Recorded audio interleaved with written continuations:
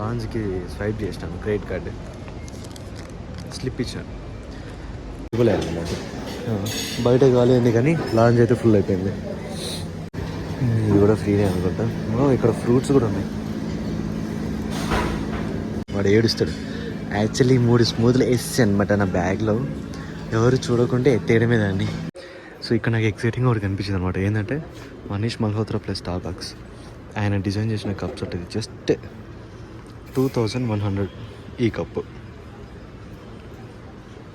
ఇప్పుడు అన్న పిలుస్తాడు అనమాట, తెజరడే క్యాబేజిన ఫర్ తెజరడే అంటాడు. ఇప్పుడు ఇది జీవితంలో లేదు, ఈడలేదు. ఓపెన్ చేయరా.